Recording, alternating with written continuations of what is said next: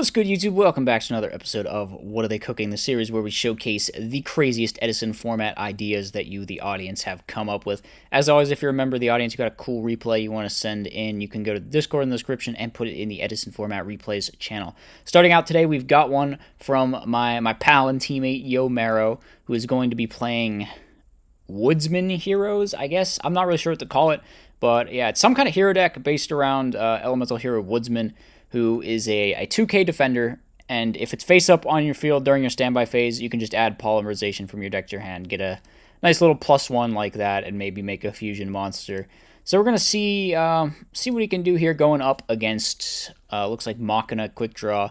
Actually, Romloms is a pretty prolific Machina player, if I do remember correctly. So we draw into Sparkman for a turn, which is wild. What do you think about this art of Sparkman? I kind of like it. I remember when I was a kid and this came out, I thought it was like the most badass Sparkman art ever. Now I probably prefer like just the OG, but you know, I still think it's a pretty good art. I do think it's a pretty good art of Sparkman, but we're going off on a tangent here. Yomero is going to be T-setting the Woodsman and the Geki break. I guess the hope is that he just swings in with Gear Frame and then just like does something else and passes, which is going to work out. So we get to resolve the Woodsman. All right, Woodsman's going to get us a free copy of Polymerization. We will now use E-Call, get Stratos. Stratos is also going to get us a free something. What do we grab? We grab an Ocean. All right, so now we got two Oceans. We're going to use Poly to make an absolute 0 with the Sparkman. Now we will Geki break the set monster. Are we going to activate Miracle? No. We are going to conserve the Miracle Fusion for now, just swing in. And the Gores will get dropped, so that's going to trade with pretty much a lot. That Gores, that's a very good Gores, because they're going to run over all our stuff here. And the absolute 0 is still going to have to bite the bullet here. We're going for Miracle Fusion. Okay, that's a really good draw. We can do some crazy shit here. We're going to go into Terra Firma. Terra Firma has to be made with Woodsman and Ocean specifically, which, fortunately for us, our deck does actually play the Woodsman. So we can make Terra Firma, and then Terra Firma contribute the Ab-Zero to add Ab-Zero's attack to Terra Firma's attack. So it'll go up to 5,000, and then Ab-Zero will wipe the board. And now we have another Miracle Fusion, and Gores is gone, so that's probably just going to be the end of the game. And yeah, Romlom's going to admit defeat there. All right, pretty sick, pretty sick. On to game number 2. We're seeing now some other interesting techs in here. We got Skyscraper 2 Hero City. This can revive an elemental hero that was destroyed by battle once per turn during your main phase, yeah. And then we also got Hero Signal in here, which makes sense because they run over your guy. You can just use it, get into Woodsman, and then get that polymerization to your hand, hopefully next turn. So, yeah, we start out with Stratos, and then Stratos gets us a +1, and then hopefully we set the Hero Signal, and then they run it over, and then the Woodsman will grab us another +1 in our standby phase. I like where your head's at, Yomero, and it's going to work out. We go Hero Signal, grab that Woodsman. All right, now we're going to get to add a polymerization. Nope, they book our guy. Damn, we were so close. But we can revive Stratos with Hero City, which is awesome.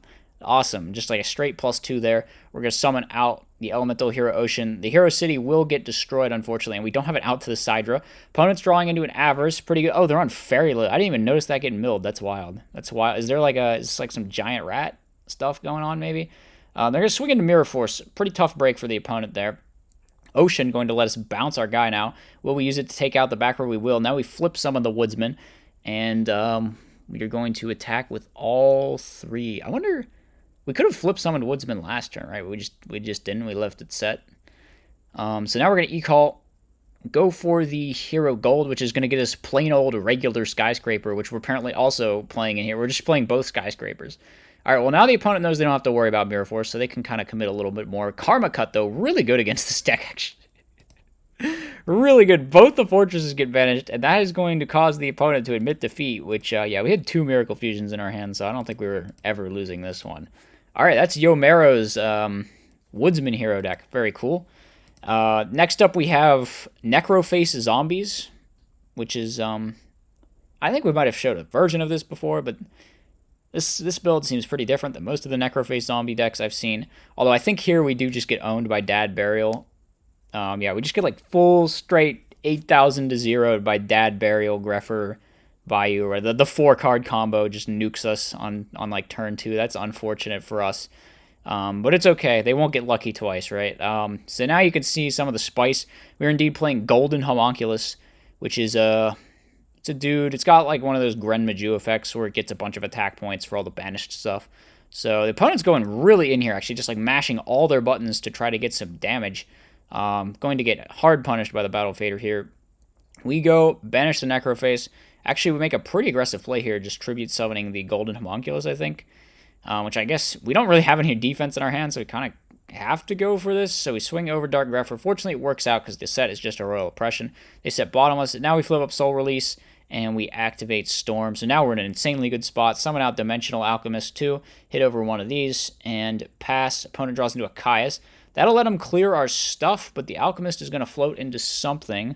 And we're still getting Necroface. Is it this turn we get? Yeah. So we draw a lore. We got to decide whether we want to lore banish the Necroface. We will. So now even more cards shall be getting banished.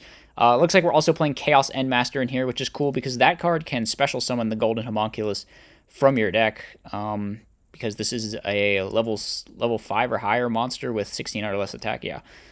So they summon Gardna, start poking in. We're going to stack for Plague. That eats an Oppression. Okay. Well, we can just hit over Gardna for some damage. And now they're getting pretty low. What are we drawing into? A Magic Planter. Just going to set past. They Raikou our Magic Planter, which is fine because that card was pretty useless. I wonder what Magic Planter is actually for in here. Oh, Escape from the Dark Dimension. Okay, that answers my question very quickly. So we go for the Bazooki here, make them pay another 800. They don't do it, actually, so we're going to get to Caius. All right. Unfortunately, we're out of zombies in our deck to search off the Zombie Masters, or the Goblin Zombie, so we keep just not having any searches. What are we doing? We're stacking for Plague. That gets negated. We escape from the Dark Dimension, attack for game. All right. Clean. Very nice game number 2 by us there.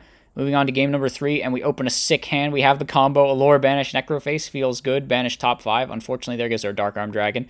We're going to summon out Dimensional Alchemist, which can recycle whatever we want, actually, so that's pretty good. More importantly, we have returned from a different dimension here, so I think it's only a matter of time till we just flip this card and win the duel or something. We're going to Fiendish the Grepher. Really nice. We banish a Magic Planter. Hit into a D prison, that's kind of fine. We're going to set our summon our Chaos Endmaster and pass. Opponent goes for some more value plays with the Armageddon. That's going to eat a sick Torrential Tribute. Now the Necroface. Why did the Necroface come back to our? Oh, we added off Dim Alch. Okay, right. I thought we sarked it or something. No. We added back off Dim Alch. Okay, so we're going to escape from the Dark Dimension, get out the Knight's End Sorcerer, which is very cool because that's going to let us banish 2 from the opponent's graveyard. This card is really sick. The thing that sucks about it is obviously you don't want to draw it, but it's just being like a double DD Crow anytime it's summoned. It's not like Kaiku where it's like you got to connect with it, but it's like freaking really hard. But no, you just got to special this guy, and there's a lot of ways you can special this guy. So it's really annoying to deal with. So we're just going to set the Necroface and pass. Opponent sets Raikou. We're probably obviously going to go for the Caius at this point. They're going to compulse the Caius. Never feels great having to compulse a Caius, but I think the damage is getting annoying. However, that frees us up to flip up the return from the different dimension and now summon back the 18,000 dudes that we banished earlier and hit in for game. So pretty cool Necroface, Banish, Zombie, Chaos, Dimensional something. I got to get better at naming these things. Or maybe people should just name them themselves, actually. So here we have Cyberdark Virus Dragons. This should be fun. Okay, we eat a Dust Shoot. There goes our Trooper. That's rough. We can still poke. Well, there's no point in poking because it doesn't do any battle damage, but we can still put the Exploder out there. We draw into a Starlight Robe, but we don't want to set our stuff because we got a Gores in our hand. However, we are in imminent danger of just getting like Drago OTK'd here with all these red meds. We set out the Mirror Force.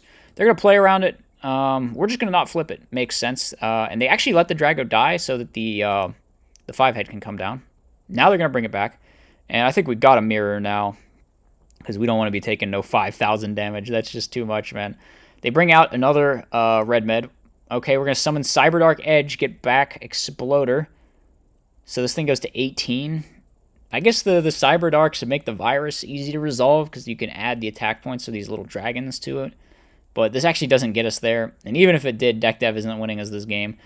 We can use the Exploder to protect our Cyberdark Edge, but man, this is getting tough. This is getting tough. I don't know how we win this one. We draw into D Prison. That's just not going to do it, right? And they get Storm now. Storm, hopefully they activate it so we can Road, I guess. But that's just like still...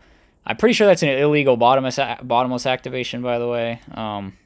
Unfortunately, neither one of the players caught that. But yeah, bottomless should just miss timing here since the Stardust was summoned on Chainlink too. So they should have had to run over the Stardust like the old-fashioned way. That being said, I don't see us winning this game.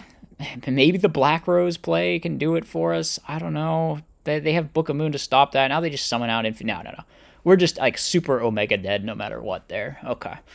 Moving on to game number 2 then. Let's see. We go lore. Probably got to side out the DDV in this matchup. It's not very good. The opponent opened the Few, which thank God we have Dust Tornado.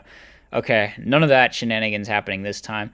They're just going to go for Red Med, actually getting super aggressive here, banishing Blizzard Dragon to summon another Blizzard Dragon from their hands. And we're going to take a ton of damage. We are on Twin-Headed Behemoth. Did you know this card is limited, by the way? It's limited for the dumbest reason. It's like some weird ruling thing where judges just like didn't like it or something, so it got limited. But obviously the card doesn't need to be limited for any actual reason. We're going to Brain Con the Red Med, which is pretty cool since we're playing a Dragon deck. We just get to bring something back here. Now we're going to summon out the Cyberdark Horn. It goes up to 2,500 here, equipping the Hunter Dragon. We hit it in the Blizzard Dragon. I think this is just game, right? They don't have... Okay, they have Return. They can block one of our attacks, and that's going to be it, because the Exploder can't get in for damage, obviously. So our turn, our little OTK, not going to work there, but we're going to get to activate Cyberdark Impact on our turn, surely, right? We have all three.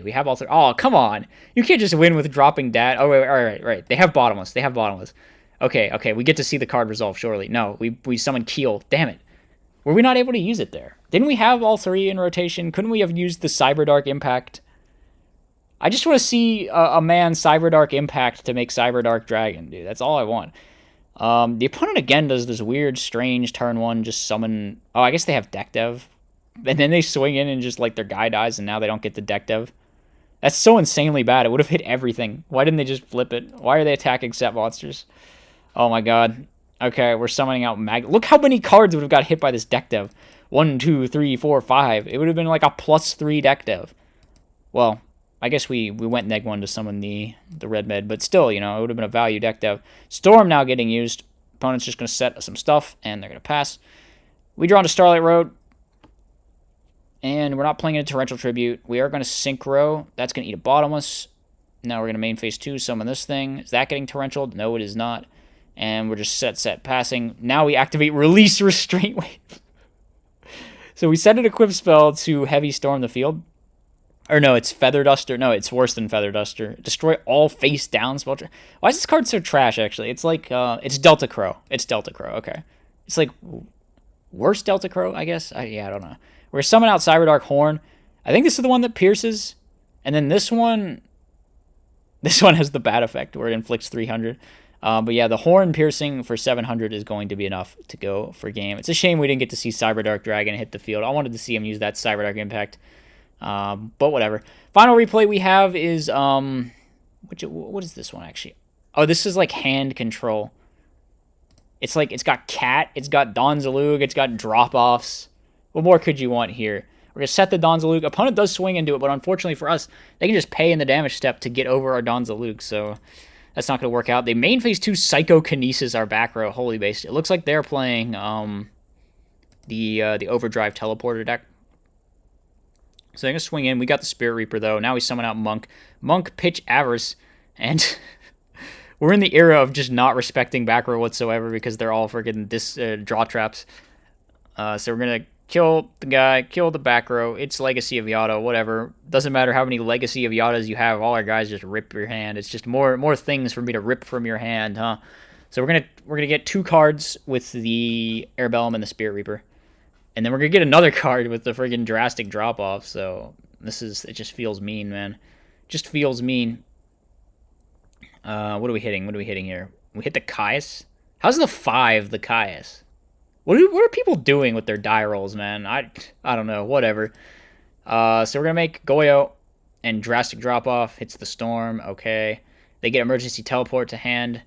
They can make... Oh, they have Mind Master in here. All right. So we can get going then. They go for the Jumper. The Jumper's going to let us steal the Goyo. And the Goyo... Oh, I thought we were going to steal back the Mind Master. Well, wait, the Mind Master just gets banished at end phase because we got it with Teleport. Unfortunately, Dark Arm Dragon comes down, and now we just lose the freaking duel to this stupid card, huh? This guy's kind of ridiculous. This thing, maybe Maybe they made a mistake when they printed it. We draw into Minecon, that's not useful. Opponent draws a lore, that is pretty useful. And now they have Storm Gores. Alright, we're going to Storm, swing with Sangan, and we are down to a mere 300 life points. Are we going to be summoning the Psychic Snail? We are, but we can't afford to pay for any of these psychic effects anymore because we're so low. We're searching a second in Don Zaloog. Good God, man. We could have gone for game here, but we actually don't. Opponent summons out Destructotron that they can't pay for its effect. And Don Zaloog going to go for game, but compulsory, going to keep the opponent alive. We set Don Zaloog. Brain Control doesn't do it, so we're moving on to a game number 2. All right, we opened Dust Shoot in our stupid hand rip deck, just like insult to injury. Actually, we're going, dude. once again, the Legacy of Yado shall do nothing to protect our poor hand from getting ripped. So we're gonna get we're taking the Krebons, and we're doing 19, and we synchro into Life Transfer, set to pass, activate. Why do we play Life Transfer here? This is not the Psychic deck. This is the non-Psychic. We're just playing Life Transfer. All right. Well, Dust Shoot's pretty good. They activate Legacy of Yada. They find Caius, so I guess Teleport Caius is going to have to be the play.